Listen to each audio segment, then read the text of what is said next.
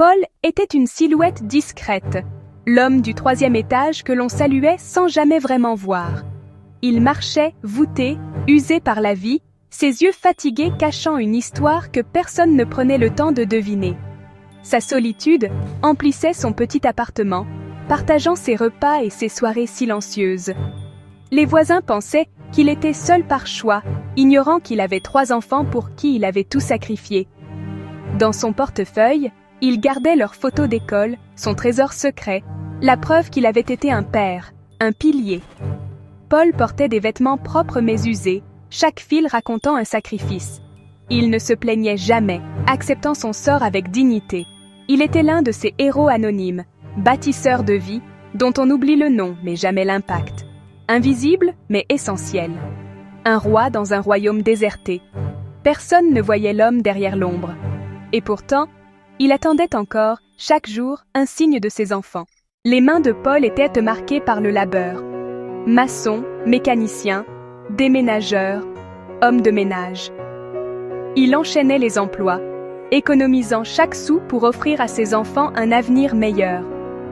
Il se privait de tout, mangeant peu, portant les mêmes chaussures usées, pour qu'eux ne manquent de rien.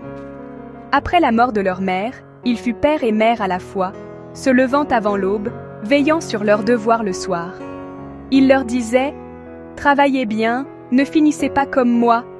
Il a construit leur avenir en sacrifiant le sien, sans jamais parler de ses peines. Il voulait être un tremplin, pas un fardeau.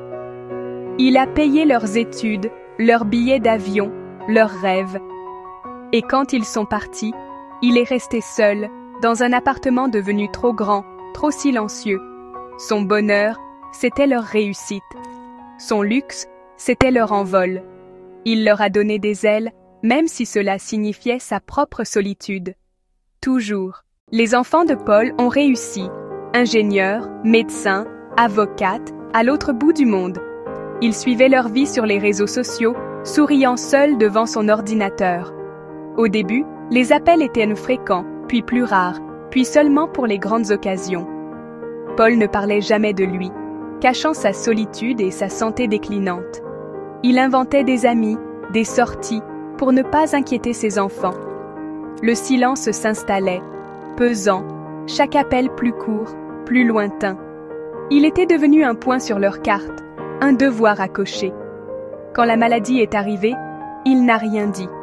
Il affrontait les traitements seul, espérant un appel qui n'arrivait jamais. Ses enfants, occupés, ignoraient tout de son combat. Paul attendait, chaque jour, un signe. Mais le silence grandissait. Et il restait seul, invisible. La vraie maladie de Paul, c'était la solitude, plus cruelle que le cancer. Il attendait un appel, un pas dans l'escalier, mais il n'y avait que le silence. Les voisins voyaient son visage se creuser, sa démarche hésitante. Il protégeait ses enfants, trouvant des excuses à leur absence. Il était devenu l'avocat de ceux qui l'avaient oublié.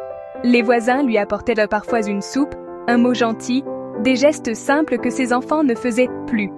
Son appartement était devenu une prison, témoin de ses souvenirs et de ses regrets. Il regardait par la fenêtre, se rappelant les rires d'autrefois. Il essuyait ses larmes, refusant de s'apitoyer. Il avait donné sa vie pour eux, mais dans leur avenir, il n'y avait plus de place pour lui. Il était devenu un souvenir, une source oubliée. L'attente était vaine, l'espoir s'amenuisait, et la solitude gagnait, chaque jour un peu plus. Paul est mort un matin, seul, une photo de ses enfants dans la main. Les enfants sont revenus, costumes sombres, visages tristes, pour organiser des funérailles somptueuses. Ils parlèrent de lui avec émotion, vantant ses sacrifices, achetant leur pardon à coups de fleurs et de discours. Les voisins, témoins silencieux, savaient la vérité. Paul avait souffert dans l'indifférence. Les plus belles cérémonies ne remplacent pas une visite, ni les plus beaux mots des années de silence. Leur douleur semblait sincère, mais le vide restait immense. Ils pleuraient leur père, mais peut-être surtout leur propre culpabilité. Ils se recueillaient sur une tombe fraîche, bientôt aussi silencieuse que l'appartement de Paul. Les fleurs faneraient, comme leur chagrin. Ils repartiraient, laissant derrière eux le souvenir d'un homme qu'ils avaient oublié de chérir. Le quartier, lui, n'oublierait pas. Paul, l'ombre silencieuse, était parti.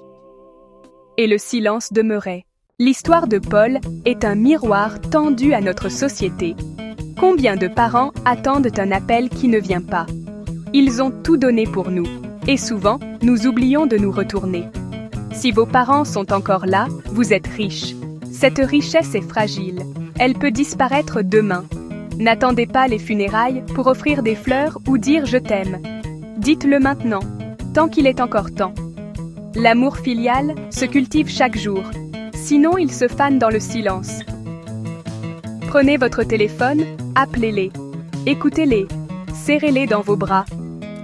Ne laissez pas l'ingratitude gagner. N'attendez pas que vos parents deviennent des Pauls.